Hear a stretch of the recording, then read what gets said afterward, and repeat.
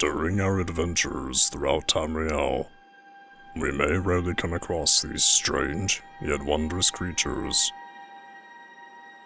Known as Spriggans to the common folk, they are most often found resting in caves and forests. The areas they inhabit are almost always beautiful and stunning in their appearance. Whether they are surrounded by the leaves of trees, flowering plants, or small waterfalls, the places they rest always evoke a sense of peace and solace. Their pleasantness, however, is contrasted by their innate danger when approached. Regardless of race, they will attack when one draws too close. Seemingly in protection of their homes, they are unmerciful in their duty, and will defend their sanctuaries without remorse. After the threat has been dealt with, or scared away, they return to their places of slumber, and rejoin the tranquility that surrounds them. What is the true nature of these creatures? What is their origin? Although one might at first assume they are the simple constructs of innocent forest spirits, there is no evidence for that. On Nirn, we find that the forces responsible for most things not obvious to the common man never exist as ideas that are unexplainable. Mysteries many think to be unsolvable rarely are. Magic itself is neither magical nor unknowable. A ghost cannot exist without a soul to drive it, and even those souls are not intangible. Spriggans are likely no exception to these ideas.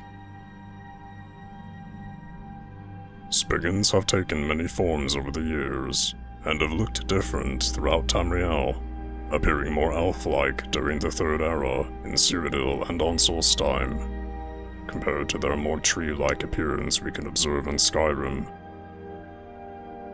Cultures across Tamriel have different and often contradicting beliefs regarding the Spriggans. The Skal on the island of Solstheim share the belief that their god, the Allmaker, breathed life into their land, creating the animals and creatures that inhabit it. They claim that some of that life remained within the flora, resulting in the formation of the Spriggans. During Skyrim, in our quest to cure the Gildergreen and Whiterun, we have a conversation with Danica Peerspring, where we ask her if there's any possible way to revive the dying tree. I've thought about that. Trees like this never really die, they only slumber. I think if we had some of the sap from the parent tree, we could wake up its child. But even if you could get to the elderly, you couldn't tap it. Not with any normal metal. What kind of weapon would work? Eldergleam is older than metal, from a time before men or elves. To even affect it, you have to tap into the old magic. You'll have to deal with the hag ravens. I've heard about the weapon they've made for sacrificing Spriggans. It's called Nettlebane. The hags terrify me, or I would have gone after it myself. Older than normal metal. Before Menor. Sacrificing Spriggans. Old magic. There are obviously forces at work here greater than what most people would imagine. We can see throughout nature that there exist magics which largely remain unharnessed by those without a keen mind. Over time, certain groups have discovered these esoteric forms of magic and attempted to use them. Among these groups are the hag ravens found in Skyrim. Their methods are not perfectly understood, but we learn more about them in their bestiary written by Herbane. In the book, he wrote about a tale he heard while traveling in Skyrim. Apparently, a young woman had been banished from a town, rejected by the locals who claimed that her magical talents were developing into something wicked and corrupt. Herbane tracked the woman down and discovered her true nature. Living in the mountains of the Reach, the witch had transformed into something most horrid. A hagraven, who through an arduous fight, her bane managed to slay.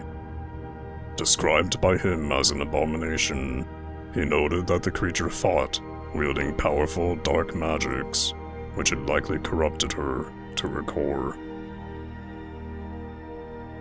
When we search through the camps and dungeons these hags make their homes in, one of the common items we find are what appear to be the remains of Spriggans. Danica must have been correct when she claimed that they are used in some form of ritual sacrifice, no doubt to fuel the twisted magic that empowers the Hagravens. Spriggans are undeniably unique within this world. The magic that sustains them is at best times poorly understood, and at worst, manipulated for the use of the wicked.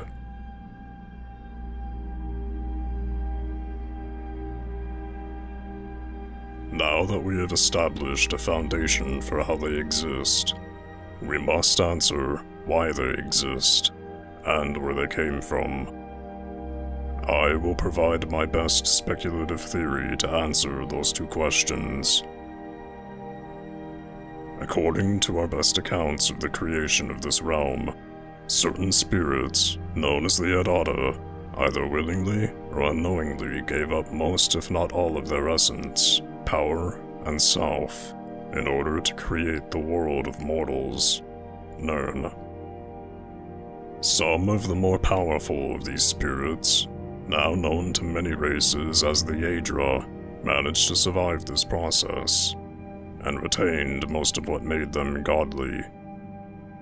I believe that many of the other Adada also managed to survive, although in the forms of different, yet similar images of what they once were. Think of a burning fire. In order to create Nirn, these spirits gave up much of what made them whole. They used much of their energy in the same way fire releases heat. They lost their grasp on the world in the same way a branch burns and turns brittle. Yet for every fire, the heat it releases will go on to warm the home it was built for. The smoke it created will flow into the air, and the wood itself will degrade into ash and hot embers. There is always some remnant of a fire that goes on to survive, just as it is possible that these spirits may now live on as the decayed remnants of their former selves, lacking the power they once had, but still able to manifest in varied and subtle ways, utilizing the passion and life that still burns faintly within them. Perhaps one or multiple of these Adada may have coalesced their power over the eons, consolidating it in such a way that they now possess some power over nature and can channel their energy into forms of life that represent them. Feeling a strong connection to beauty, harmony, life, and renewal, a spirit may find it easiest to manifest aspects of their existence within places that share these attributes. Seeking out the serene landscapes of majestic forests, flowing rivers, and all things peaceful, it may attempt to set the foundations for which it can slowly grow, in the same way a seedling might settle in fertile soil, yet to sprout, but forming the first of its roots. As it rests among the things that best fit its own nature, it may develop a sense of its own self, and as it grows, it reaches out into the world, directing its own energy into the plants and flora, creating Spriggans as its best means of interacting with the physical world. Gradual, yet persistent, the power the spirit wields is slowly but surely maturing, resting until the day it may finally awake, ready to reintegrate with the world it died to and was reborn from. Thank you very much for watching. My name's Koo, and I'll see you in the next video.